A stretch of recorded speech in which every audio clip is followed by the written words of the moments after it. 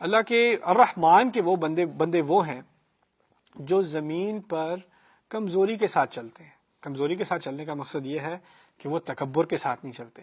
وَإِذَا خَاطَبَهُمُ الْجَاهِلُونَ، اور جب جاہل لوگ، جاہل عربی میں کہتے ہیں ایسے لوگ جو اپنے جذبات کو کنٹرول میں نہ رکھ سکیں، اپنی زبان کو کنٹرول میں نہ رکھ سکیں، اپنے جذبات کو کنٹرول میں نہ رکھ سکیں، بھڑک جاتے ہیں، پھٹ جاتے ہیں، اونچی آواز ہو جاتی ہے، گالیاں دینی شروع کر دیتے ہیں یا الزامات لگانے شروع کر دیتے ہیں. جب ان کا ایسے لوگوں سے واسطہ پڑتا ہے کہ ایسے جاہل لوگ ان سے باتیں کرنے لگیں اور ان سے الٹی سیدھے خطاب کرنے لگیں، قالوا سلاما، تو وہ جواب میں سلام کہتے ہیں. اور مجھے ان آیات سے خاص محبت اس لیے ہے کہ ان میں ہر مسلمان کے لیے ایک اپرچونٹی، ایک موقع دیا گیا ہے کہ وہ کس ذریعے سے اللہ تعالیٰ کے ہاں ایک اعزاز حاصل کر لے. وہ کیا اعزاز ہے؟ وہ عباد الرحمن ہے، یعنی وہ الرحمن کے بندے. ہم اللہ تعالیٰ کے بندے ہیں، ہم سب جانتے ہیں، ہم عباد اللہ ہیں، لیکن جب اللہ تعالیٰ نے اپنی طرف نسبت کی ہے کہ یہ الرحمن کے بندے ہیں، تو کہنے کا مقصد یہ ہے کہ ان بندوں پر خاص رحمت ہوگی اللہ تعالیٰ کی. یہ ایسے بندے ہیں جو اللہ تعالیٰ کے اس نام کے مستحق ہیں کہ ان کا نام الرحمن کے ساتھ جوڑ دیا گیا ہے. عباد الرحمن کہتے ہیں، وہ عباد الرحمن. اور ان کے لیے ان کی مختلف خصلتیں دیکھ لیجئے کہ اسلام میں ایک منیمم ریکوائرمنٹ ہے. 5 بنیادی ہم سے جو مطالبے کیے گئے ہیں ہم سب ان کو جانتے ہیں، ٹھیک ہے. اس کے علاوہ کچھ چیزیں ہیں جو واضح طور پر حرام ہے، ان سے ہمیں دور رہنا ہے. کچھ چیزیں واضح طور پر فرض ہے، وہ ہمیں کرنی ہے، ٹھیک ہے. کچھ زیادہ نہیں مانگا، زیادہ مطالبے نہیں کیے گئے، ٹھیک ہے. اس کے علاوہ جب کوئی انسان کہتا ہے کہ کوئی ایک ایسی چیز ہو جس کے ذریعے میں ایک اعلیٰ مقام پر پہنچ جاؤں، قرآن نے معاملے کو بہت سمپل کر دیا. وہ ٹھیک ہے، وہ اپنی جگہ ان کا ایک مقام ہے.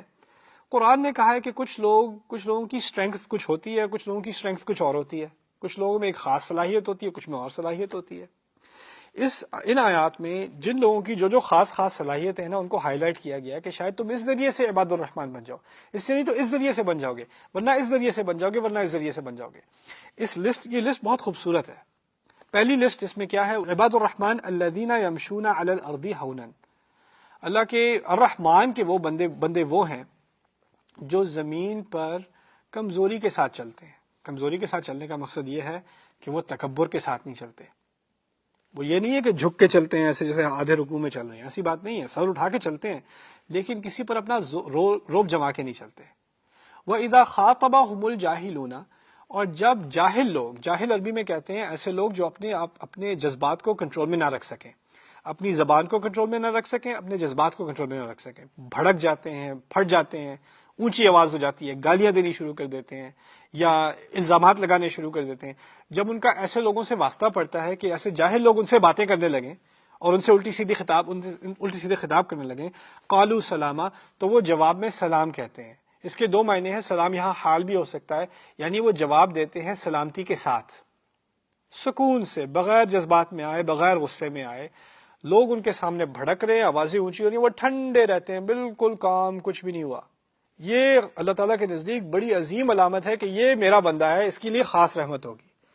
اس نے اتنی ساری بدتمیزی اور اتنی بے ادبی کے سامنے اتنی تمیز سے سلوک، اپنے ادب کو برقرار رکھا. قالوا سلاما. دوسرا کہ اگر کوئی جاہل لوگ ان کے پاس آتے ہیں جو آپے سے باہر ہو جاتے ہیں، مذاق اڑاتے ہیں، گالیاں دیتے ہیں، اس طرح کی باتیں کرتے ہیں، تو وہ سمجھ جاتے ہیں کہ ان لوگوں کے ساتھ ابھی ریزنیبل بات کرنا مناسب نہیں ہے، یہ بہت جذباتی ہو چکے ہیں، ابھی ان کے ساتھ اگر آپ لاجیکل بات کریں گے تو اس کا کوئی فائدہ نہیں ہوگا. تو وہ الوداع کہہ دیتے ہیں، سلام، کبھی بعد میں بات ہوگی انشاءاللہ. وہ عزت کے ساتھ وہاں سے نکل جاتے ہیں سچویشن سے. یہ پہلی کوالٹی ہے ان لوگوں. دوسرا اعزاز، والذین یبیتون لربہم سجدا وقیاما، اور وہ لوگ جو اپنے رب کے سامنے ساری راتیں گزارتے ہیں سجدے میں پڑے ہوئے، کھڑے ہوئے، تہجد پڑھنے والے لوگ. یہ کیا عظیم بات کی ہے، لوگوں کے سامنے اپنے آپ کو ہمبل کرنا، اپنے آپ کو کنٹرول میں رکھنا، اپنے آپے میں رکھنا. اس کی بات پہلے کی ہے، تہجد کی بات بعد میں کی ہے. جب تک آپ اپنے آپ کو لوگوں کے سامنے ہمبل نہیں کر سکتے، اللہ کے سامنے ہمبل کرنا بڑا مشکل ہوگا. اصل انا صرف اللہ کے سامنے نہیں ہوتی، انا لوگوں کے سامنے ہوتی ہے. اللہ کے سامنے اپنا سر جھکا رہے ہیں ایسے بالکل تواضع کے ساتھ کھڑے ہوئے ہیں، اپنے آپ کو کمزور بنا کے. اس کا مقصد یہ ہے کہ آپ انسانیت کے ساتھ بھی رحمت کے ساتھ برتاؤ کریں گے. ان کے سامنے کو بڑائی نہیں دکھائیں گے کہ اللہ کے سامنے بہت چھوٹے، لوگوں کے سامنے بہت بڑے. ایسی بات نہیں ہوتی. اذلۃ علی المؤمنین قرآن نے کہا ہے. دوسرے مسلمانوں کے سامنے تو بالکل جھکے ہوئے، بالکل یعنی ان کے عزت نام کی کوئی چیز نہیں. یہ ایک ایٹیٹیوڈ ہوتا ہے مسلمان کا دوسرے مسلمان کی طرف. خیر یہ دوسری کوالٹی ہے. گرامر کے اعتبار سے، نحو کے اعتبار سے ان تمام کو الگ الگ گروہ بھی سمجھا جا سکتا ہے. یہ بھی سمجھ سکتے ہیں کہ یہ تمام ایک ہی گروہ کی کئی مختلف صفات ہیں. یہ بھی سمجھا جا سکتا ہے کہ ان میں سے ہر گروپ کی ایک نمایاں خصوصیت ہے.